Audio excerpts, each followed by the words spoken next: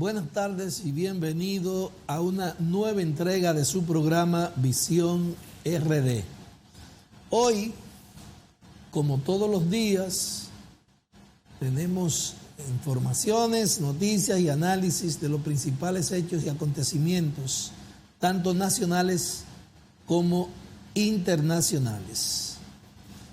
Vamos a comenzar con el tema obligado en estos días, y es la situación que se ha presentado en el país, especialmente en el Gran Santo Domingo, con el rebrote del COVID-19. Hay una situación en el país, pero especialmente en el Gran Santo Domingo, donde la positividad ha aumentado, y en las clínicas privadas, fundamentalmente, las camas para el COVID están prácticamente llenas. Aunque en el sector público la ocupación no supera el 65%, pero sí en el sector privado. Y usted preguntará, pero ¿cómo es posible que en el sector público puedan haber camas y que en el sector privado no hayan? Dos razones explican esa situación. En primer lugar, las clínicas privadas redujeron sustancialmente el número de camas en la medida que la situación fue mejorando en el país. Pero además también se da otro problema, y es que para las clínicas privadas las camas del COVID no son rentables. Y como no son rentables, eso no es un compromiso hipocrático, eso es un negocio en las clínicas privadas, y simplemente lo que hacen es que lo que no me cuadra mensualmente con grandes beneficios, entonces esas cosas se van haciendo a un lado. Y la otra es que nosotros los dominicanos tenemos desconfianza en lo público. A nosotros nos han enseñado que las cosas públicas no funcionan, o si funcionan, no funcionan bien. Y eso usted puede percibirlo con las cosas más elementales. Por ejemplo, la escuela. Hay gente que no puede pagar la mensualidad de un colegio, sin embargo, sus hijos no lo manda a la escuela pública, lo manda al colegio. Por el problema que nosotros tenemos, y muchas veces la escuela pública funciona, hay escuelas públicas que funcionan mejor que muchos colegios, y hay maestros de escuela pública que son muy buenos maestros, superior a lo que puedan aparecer en un colegio, pero aún así la gente no tiene confianza en el servicio público, y eso también se expresa ahora con el problema del COVID. Si la gente le dicen que no, que es para el hospital, no, la gente cree, los familiares, los vecinos, los amigos, creen, pero si lo metieron en el hospital es para que se muera. Y no es así, señores, no es así. Hoy día hay hospitales públicos que están mejor equipadas que muchas clínicas. Sin embargo, la gente no confía. Y ese es el problema que se está manifestando en estos días, que la gente no va a los hospitales públicos y todo el mundo quiere ir a la clínica privada porque tiene más confianza. Y entonces, ¿qué ha producido esa situación? Bueno, que no haya cupo, que no haya espacio en las clínicas privadas, y sí haya espacio en los hospitales públicos.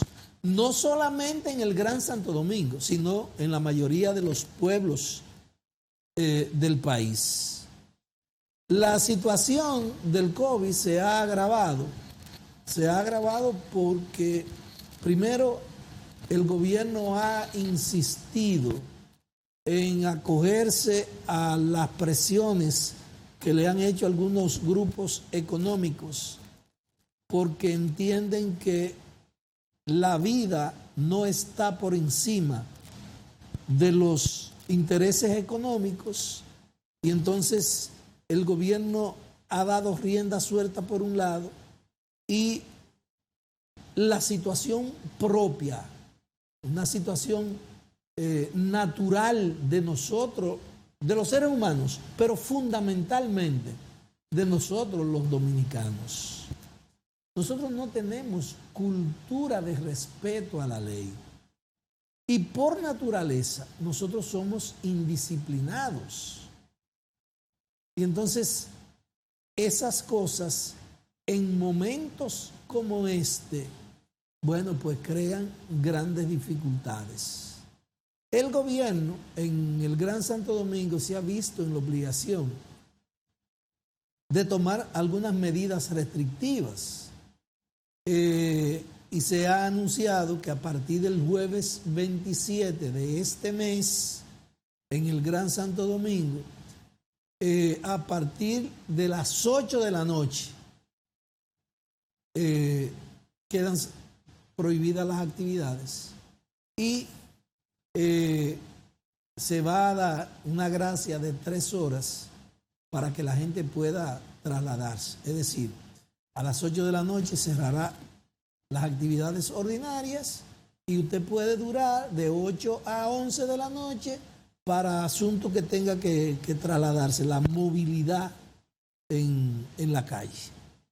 Eso son de las medidas fundamentales que ha anunciado el gobierno, amén de que lo que tiene que ver con los bares, restaurantes y la venta de bebidas alcohólicas quedan restringidas también. En los restaurantes se permitirá un 50% de las personas que puedan estar, el espacio que puedan brindar los restaurantes. Y ya nosotros en otras ocasiones habíamos alertado al gobierno, habíamos hecho un llamado al gobierno para que se tomaran medidas. Y habíamos hecho un llamado también a la ciudadanía para que respete el distanciamiento, para que escuchen el llamado de utilizar las mascarillas y para que la gente tenga más cuidado, porque si usted sale por las calles, si usted va a los supermercados, si usted va al banco, si usted va a un restaurante, mire, la gente no está respetando nada. Muy poca gente está usando mascarilla, el distanciamiento, eso no se respeta. Y entonces, yo soy de lo que creo, hay gente que está culpando a la policía de que no está haciendo nada. Y yo a veces pienso que es mejor que la policía no haga, porque si es para hacer las cosas que estaban haciendo anteriormente, que usted encontraba un médico que iba, por ejemplo, salía a las 12 de la noche de su servicio en una clínica o en un hospital, o se le presentaba una emergencia y ese médico tenía que trasladarse después de la hora permitida, entonces ese médico no solamente se arriesgaba a que lo multaran o a amanecer preso, sino también que se arriesgaba hasta que lo pudieran dar un tiro, porque esa es una situación que se da en este país. Y entonces, las clases, el ministro de Educación había anunciado que hoy se iniciaba en el país las clases semipresenciales. En muchos puntos del país, como el Gran Santo Domingo, se suspendieron las clases semipresenciales y en la mayoría de los demás pueblos del país los padres, fundamentalmente los padres de familia, no acogieron el llamado. Y yo pienso que la decisión de los padres es una decisión correcta. Yo creo que este no es el momento más propicio para usted llamar a que los niños vayan a recibir clases presenciales. Yo pienso que es una imprudencia, una falta de tacto, y creo que esto debe seguir con la educación a distancia. Sí creo que el Ministerio de Educación debe aprovechar este tiempo, debe aprovechar este espacio para trabajar con las cosas que hay que hacer en las escuelas, porque hay un 40-50% de las escuelas del país que no están en condiciones de recibir los estudiantes. Es más, aquí mismo, en el municipio de Moca, hay muchas escuelas que no están en condiciones, pero hay escuelas que ni siquiera tienen personal de limpieza. Y entonces, yo soy de lo que creo que el próximo año escolar, que se iniciará final de agosto, principio de septiembre, entonces, dependiendo de las condiciones sanitarias, sí se puede crear las condiciones para las clases presenciales.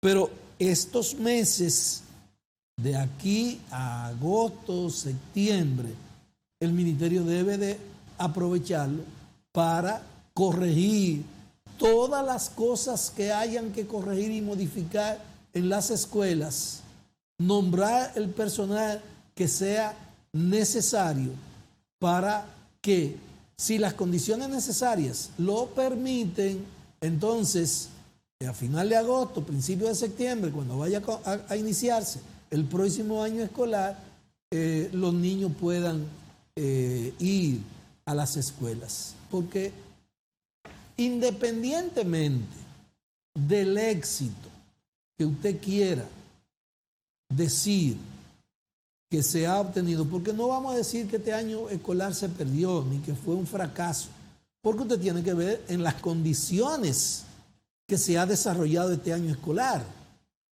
las condiciones precarias, y se ha hecho lo que se ha podido hacer. Pero nosotros no podemos pretender que nos vamos a pasar el tiempo con la educación a distancia.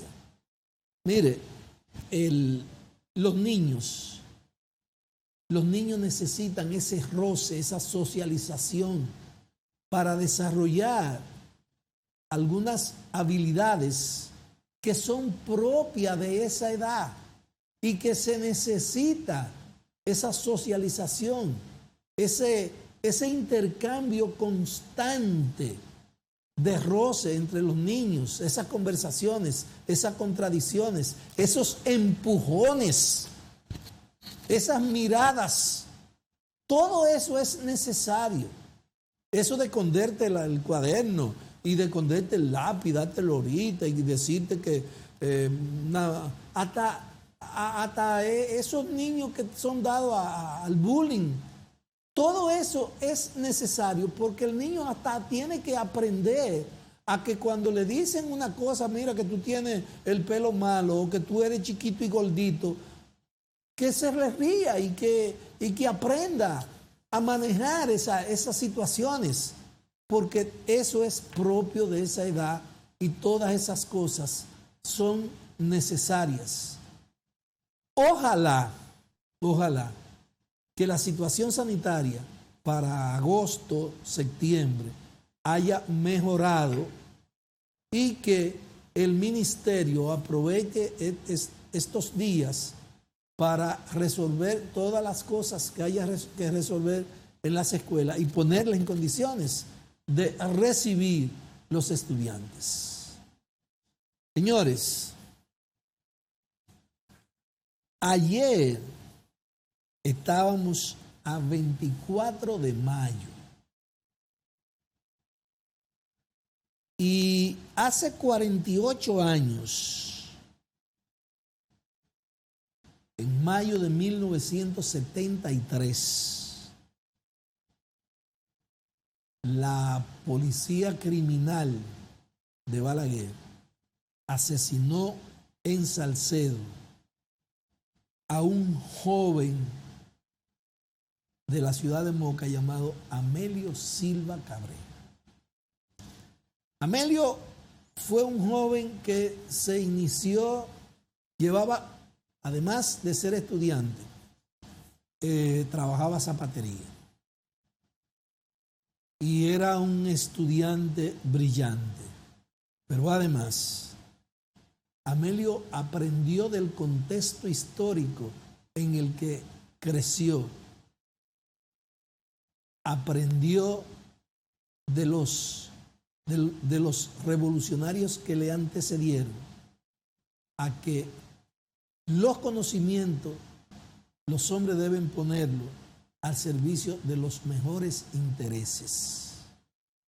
Y Amelio, como estudiante, estuvo al frente, en primera fila, de todas las luchas estudiantiles y sociales que se desarrollaron en Moca durante esos años difíciles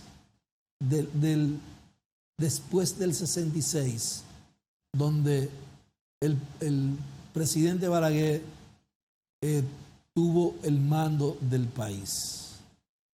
Desgraciadamente, Amelio tuvo que irse a Salcedo, donde tenía una novia, escondiéndose de la persecución que le tenía la policía, y entonces, tratando de salvar su vida, se fue a Salcedo. Allá lo identificaron y prácticamente fue fusilado. Ayer se cumplieron 48 años de su muerte. Yo, siempre que hay un compañero, un revolucionario que cumple años, yo soy de la gente que por lo menos trato de recordarlo, mencionándolo, tuiteando, poniéndolo en Facebook, escribiendo algo. Pero para mí eso no es suficiente, porque yo soy de la gente que cree que los revolucionarios no se honran haciéndole un acto. Para mí, el revolucionario se honra siguiendo su ejemplo, pero no en el discurso, siguiendo su ejemplo en la práctica. Y Amelio fue un hombre honrado, un hombre digno, un hombre solidario. Y la gente que quiera honrar a Amelio tiene que honrarlo siendo honrado, siendo digno, siendo solidario y poniendo sus conocimientos al servicio de los mejores intereses del país. Y no importa, Amelio, que 1000 te hayan olvidado, siempre vamos a aparecer 2 o 3 que te vamos a recordar y que vamos a seguir tu ejemplo en la práctica. Hasta siempre, Amelio. Señores, hay un tema del que desde el domingo de la semana pasada está sobre el tapete. Es el tema de lo que ocurrió en el aeropuerto internacional José Francisco Peña Gómez o el Aeropuerto Internacional de las Américas. Yo estuve en el día de ayer revisando con atención las reseñas periodísticas y para mi sorpresa vi en 3 periódicos diferentes 3 versiones diferentes. Me lo encontré raro, me llamó la atención, porque no entiendo cómo es posible que la vicepresidenta, en función de presidenta de la República, porque el presidente estaba fuera del país, estaba en Ecuador, da una versión, dice que fue un sabotaje, que fueron a manos criminales, pero después sale el CESAT y desmiente a la vicepresidenta, después sale también el encargado de aeroportuaria, que viene con otra versión. Todavía hoy se han manejado por lo menos 4 o 5 o 6 versiones diferentes. E incluso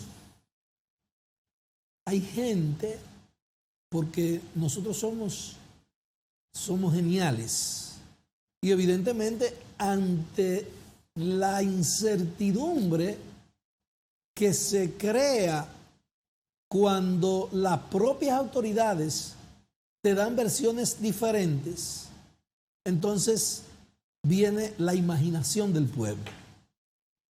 Y hay gente que ha dicho que esas son la gente del PLD, otros dicen que son los militares por el problema de las persecuciones, e incluso hay gente que ha hablado hasta de golpe de Estado. Hoy escuché en un programa de televisión a alguien que decía que estaba preocupado por la situación que se está dando, porque ahora no solamente están hablando de la situación que se dio en el aeropuerto, sino que lo están entrelazando con lo que sucedió en el teleférico de Puerto Plata, pero además lo están entrelazando con una situación que se ha dado con los acueductos de varios pueblos, incluyendo el acueducto de La Vega.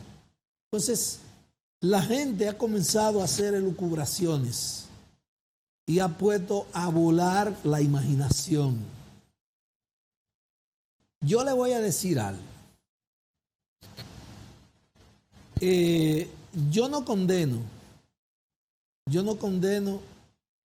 que la gente del pueblo ponga a volar la imaginación y que ponga a correr versiones. Porque si las autoridades todavía no tienen una versión definitiva, entonces, ¿qué usted le puede dejar a nosotros los mortales que nos informamos de las versiones que dan las autoridades? Vi ahorita en el periódico que anunciaron que ya para mañana iban a anunciar, porque supuestamente tienen identificado a los autores materiales de lo que sucedió en el aeropuerto.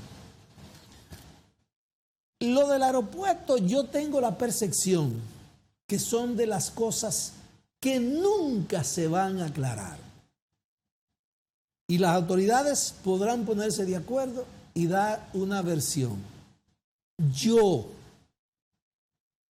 la voy a creer dependiendo el nivel de logicidad que tenga lo que se anuncie. Porque hay muchas cosas que se han venido diciendo que yo no sé si es verdad. Yo no sé si es verdad porque yo no soy de la gente que voy a los medios a hablar de cosas que yo no esté seguro. Y como esas son cosas que se han dicho pero que no están confirmadas. Por ejemplo,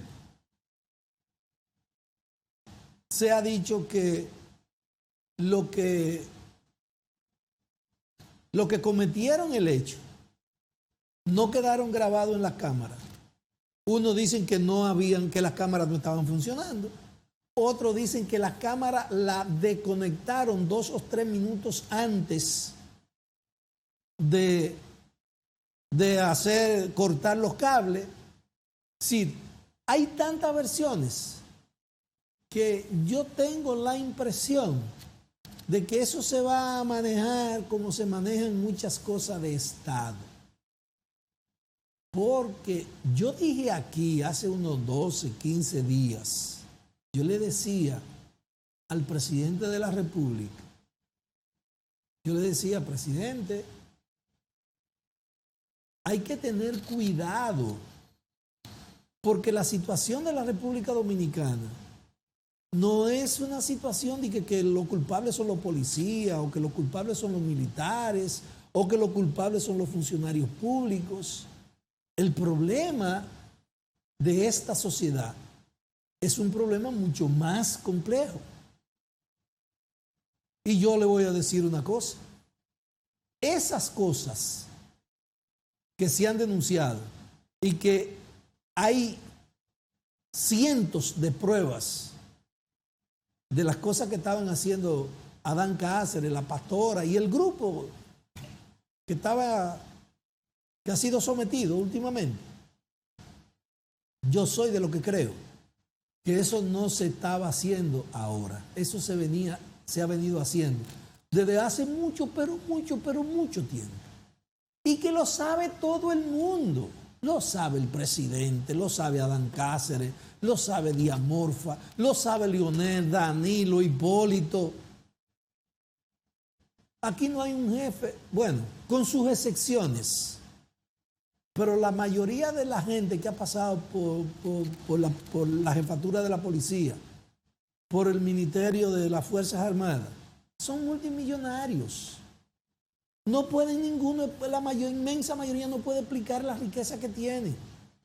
¿Y cómo es que la han conseguido? Esas villas y esas fincas y esos apartamentos de lujos y esas cuentas fuera del país, ¿cómo es que la han conseguido? Haciendo lo mismo que ella estaba haciendo Adán Cáceres. Entonces, esas personas, presidente, ahora se sienten amenazadas y tienen las orejas paradas porque nadie sabe si hoy le tocó a Adán Cáceres y mañana te puede tocar a ti. Entonces, esa gente está muy chiva y yo no descarto nada. Lo único que yo descarto es eso de golpe de Estado. ¿Usted sabe por qué yo lo descarto? Porque todavía en ningún país del mundo se ha dado un golpe de Estado que no esté sustentado, avalado y propiciado por la Embajada de los Estados Unidos. Y la Embajada de los Estados Unidos está complacida, está satisfecha con lo que viene haciendo el gobierno de la República Dominicana en relación a la persecución de la corrupción y la impunidad. Ellos le han dado luz verde al presidente para eso. Lo que pasa es que la política, el ejercicio práctico de la política es extremadamente complicado y se cruzan una serie de intereses. Y no solamente intereses, sino que se intercambian. Te doy esto por esto. Dame esto y te permito esto. Tú me haces esto por aquí y yo te resuelvo esto por acá. Y entonces, esos intereses políticos y económicos, esos cruces de intereses, eso es extremadamente complicado. Y es difícil para un gobierno como este, bregar con una situación como la que tiene en este momento este país. Si yo hubiese sido el presidente, ganando las elecciones en las condiciones que la ganó este presidente, con los compromisos que tiene este presidente, yo hoy llevar el proceso en dos vertientes. La presión de trancarte por un lado y la negociación por el otro. Usted se robó, mírelo aquí, mire los documentos de él. Usted se robó 100 millones. Usted no necesita más de 10 millones para vivir. Dame 90 y vete para tu casa. Lo único que te voy a decir es que te voy a publicar en una lista. Voy a hacer una lista pública para que todo el país sepa que usted se robó 100 millones. Su familia, sus amigos, sus enemigos, sus contrarios. Usted se robó 100 millones y usted entregó 90 millones. No importa. Váyase con los 10 millones para su casa, ponga un negocio, el negocio que usted quiera y a partir de ahora manéjese con pulcritud. Y si mete la pata otra vez, entonces se le aplica la ley. Pero eso de perseguir esos grupos, porque mire, hoy estamos con los militares. ¿Qué vamos a hacer con esos empresarios que tienen 50 años ordeñando el Estado, con esos contratos leoninos, con esas estafas al Estado dominicano? ¿Qué vamos a hacer con esas miles, millones de tareas de tierra del CEA, sí, del Estado dominicano, que están en manos de particulares que han falsificado títulos, que la tienen por la fuerza? ¿Qué vamos a hacer con ellos, presidente? Mire, es verdad, el deseo de cada uno de los dominicanos y dominicanas, incluyéndome a mí, es que se pudran en la cárcel. Pero recuerde, presidente, cómo fue que usted ganó. Recuérdese de los compromisos que usted tiene con grupos que no son santos. Entonces, vamos a manejar el asunto, presidente. Vamos a quitarle lo que se han robado. Y si hay gente que hay que dejarlo fuera o condenarlo a 2 años, 3 años, 5 años, 10 años, si te corresponden 30, te lo voy a dejar en 10 y robate 100, dame 80, dame 90. Y entonces manejamos eso de esa manera, porque si yo tengo la percepción de que si seguimos por el rumbo que vamos con la persecución a la corrupción y la impunidad, no vamos a hacer nada o vamos a hacer muy poco, presidente, porque es posible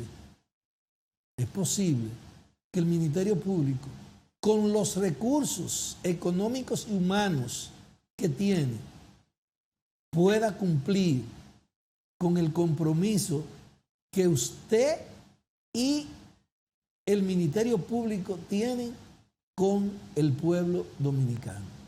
Señores, pedimos su anuencia y subimos con algunos compromisos comerciales. No se vayan, que en breve regresamos.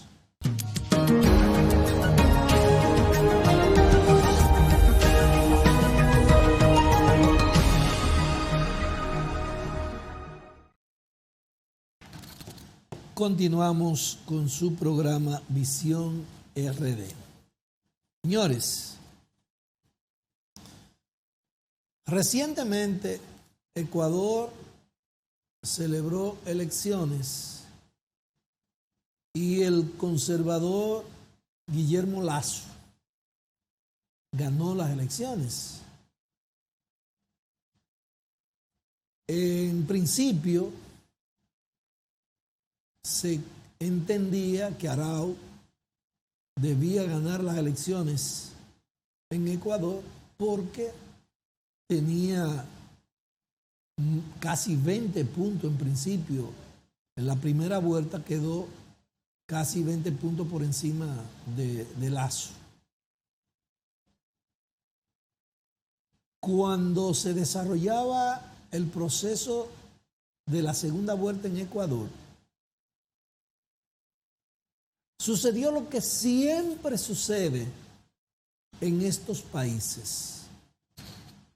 La prensa libre, esa prensa libre, justa, que nosotros tenemos, pues le hizo una campaña a Arau, en contra de Arau. Lo acusaron y se inventaron todas las cosas que se pueden inventar. Y como en estos países de América Latina, una gran cantidad de ciudadanos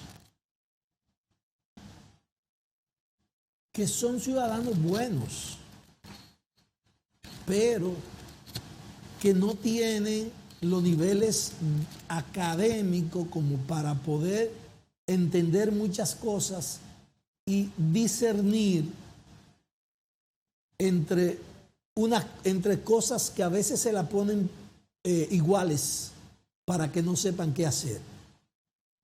Es decir, en estos países de América Latina, la prensa juega un papel determinante en la decisión de una parte muy importante de la población en cuanto a hacia dónde dirige su intención, la intención del voto. Y en Arau, en Ecuador, lo acusaron. Eso trajo como consecuencia que el contrario ganara las elecciones. En Perú se celebró recientemente la primera vuelta y participaron alrededor de 20 candidatos. Oiga bien, en la primera vuelta, ¿qué pasa?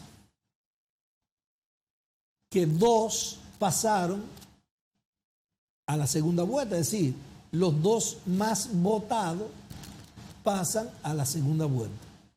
¿Quiénes quedaron en Perú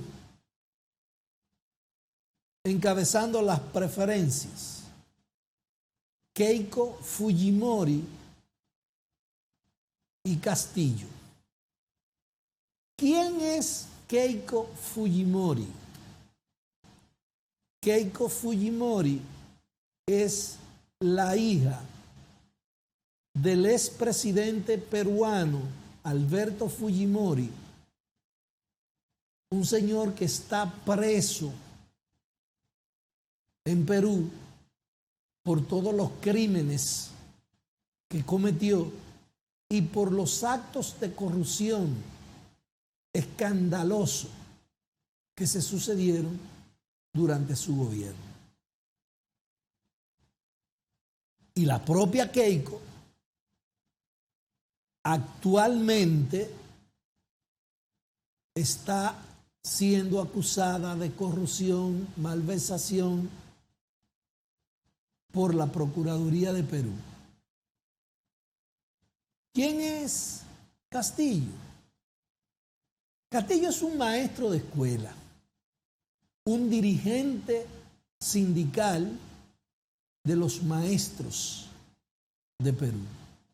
Un señor que tiene décadas al lado de los maestros que defienden los mejores intereses del pueblo peruano.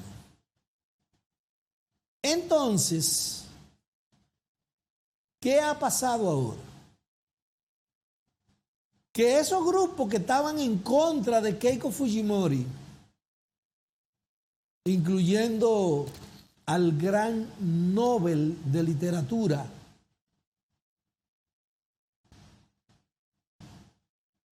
esos grupos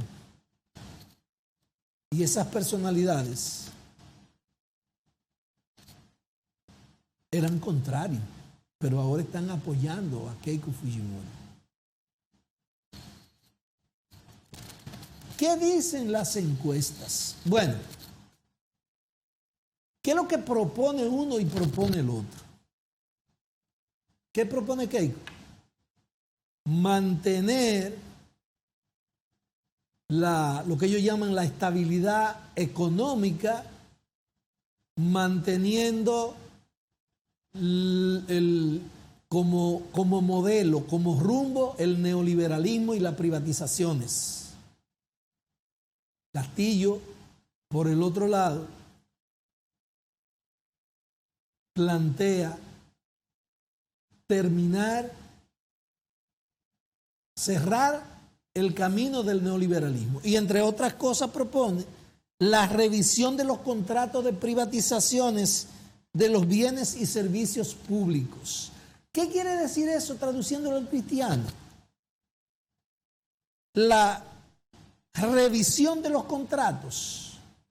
Bueno, que allá, igual que aquí, también existen esos contratos. Usted ve esos contratos que nosotros tenemos con las EDES,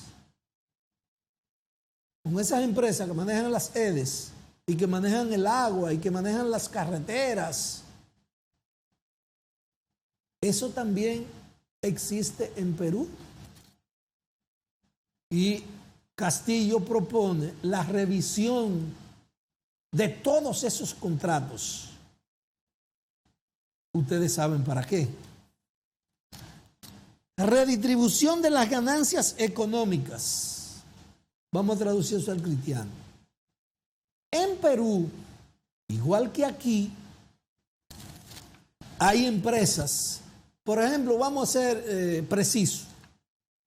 Todos los años, a final de año, los bancos en la República Dominicana anuncian que se ganaron 10.000 millones, 15.000 millones. Pero alguna vez se ha publicado de esas ganancias cuánto aportan al fisco. Y entonces el señor Castillo está planteando una redistribución justa de las ganancias, porque no es posible que un empresario gane tanto dinero en un pueblo con tantas necesidades. Pero además, él está planteando la convocatoria a una asamblea constituyente. ¿Para qué? Para, igual que aquí, hacer una modificación de esa constitución del Perú, que es el sostén y la basamenta de ese modelo injusto neoliberal que existe en Perú.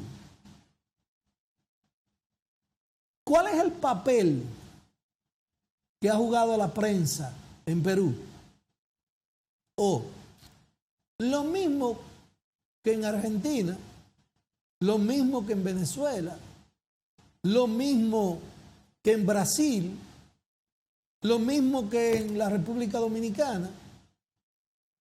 Evidentemente aquí, como los dos gallos son del mismo gallinero, ellos lo que hacen es que se manejan porque no tienen, solamente ganan, no tienen nada que perder. Y como los medios de comunicación, no solamente en la República Dominicana, sino en el mundo, son propiedad de los grandes empresarios y multinacionales, entonces ellos tienen sus intereses. Y están haciendo en Perú lo que han hecho en todos los pueblos del mundo. Comenzar a inventarse cosas y a acusar a Castillo de comunista. Óigame, ni siquiera en Venezuela, ni siquiera en Brasil, con Dilma, la prensa ha sacado el expediente del comunismo y lo ha levantado tan alto como lo están levantando hoy en Perú. Pero ¿qué pasa? Parece que el pueblo peruano se ha decidido por el cambio real. Y la mayoría de las encuestas le están dando hasta 10 puntos por encima a Castillo, por encima de Keiko Fujimori. Ahora bien, ¿qué están haciendo los grandes empresarios del Perú? Como no han podido, a través de las acusaciones, a través de los inventos, a través de todas las cosas que han levantado a través de los medios en Perú, entonces ahora están acusando a lo que aquí es el presidente de la Junta Central Electoral, que ya tiene otro nombre, lo están acusando de estar al servicio del comunismo también. ¿Y usted sabe qué es lo que se está diciendo hoy en Perú? Las elecciones son el día 6 de junio. Son 10 días, 11 días que faltan. Pues en Perú se está diciendo, están diciendo esos sectores, esos grupos económicos, que si Castillo gana, va a ganar con fraude. Y va entonces a pasar, o quieren que pase, o están planificando que pase lo que pasó en Bolivia cuando Evo ganó. Da un golpe de Estado blando, legislativo. Eso es lo que está planteado en Perú. Yo se lo estoy diciendo 11 días antes de las elecciones. Porque la derecha cuando pierde no acepta que perdió. Y entonces vienen los inventos, vienen las acusaciones, viene la OEA, viene el Grupo de Lima, viene Bachelet, por otro lado, que el problema de los derechos humanos, que esto, que lo otro. Y entonces, ojalá que la situación de Perú no se empeore. Porque recuerden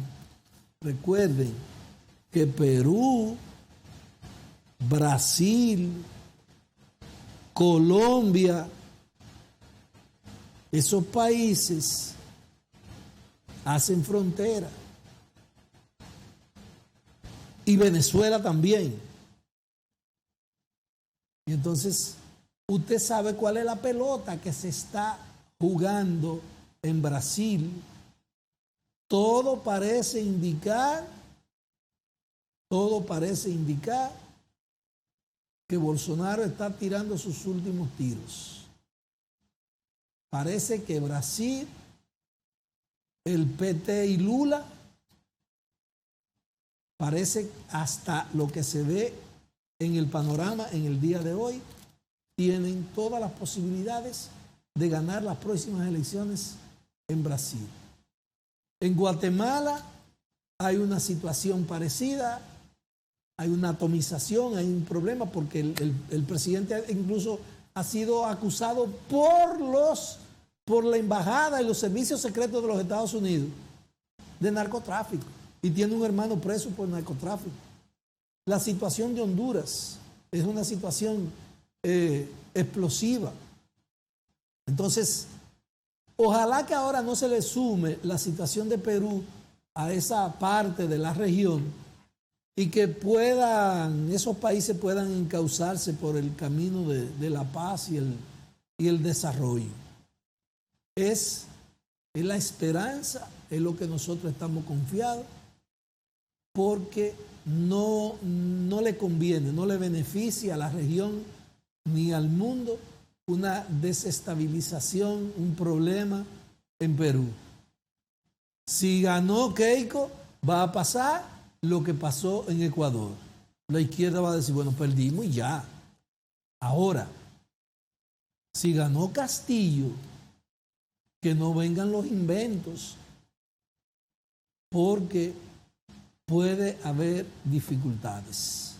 Señores, se nos acabó el tiempo. Les invitamos a que no se vayan, sigan con el canal 48 de Mocavisión, porque viene ahora Entre Jerez. Y a ustedes le damos las gracias y le decimos que hasta mañana.